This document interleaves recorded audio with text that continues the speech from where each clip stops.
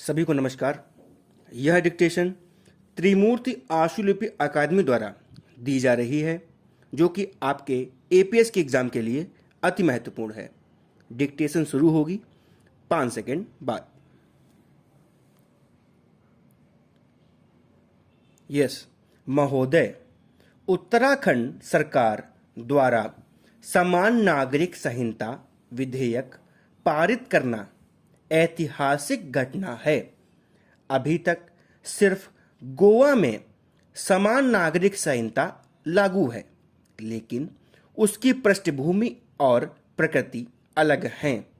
वहीं संविधान को मंजूरी मिलने के बाद से राष्ट्रीय स्तर पर जिस समान नागरिक संहिता की मांग की जा रही थी, उस दिशा में कदम बढ़ाने वाला उत्तराखंड पहला राज्य बना है।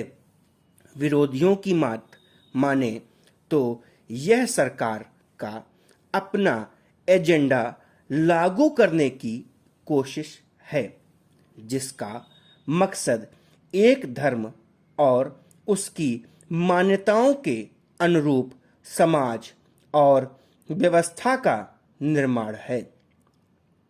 एजेंडा की बात समझ में आती है, लेकिन इस कदम को किसी धर्म, पंथ या मजहब से जोड़ना किसी दृष्टिकोण से तथ्यपरक नहीं कहा जा सकता है, क्योंकि इस संहिता में कहीं नहीं लिखा है कि फला धर्म या पंथ के लोग ऐसा नहीं कर सकते या वैसा कर सकते हैं। पहले इसे लेकर देश में दशकों तक चली बहस की पृष्ठभूमि पर एक नज़र डाल लेना बेहतर होगा।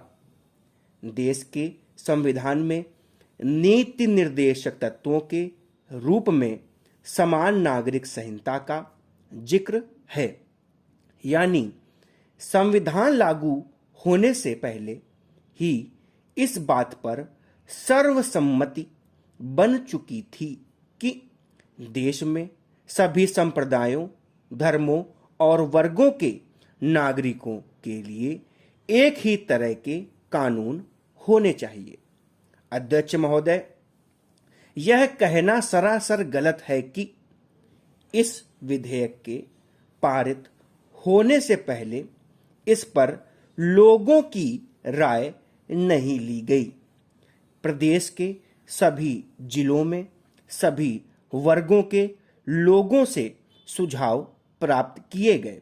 कुल 43 जनसंवाद कार्यक्रम किए गए।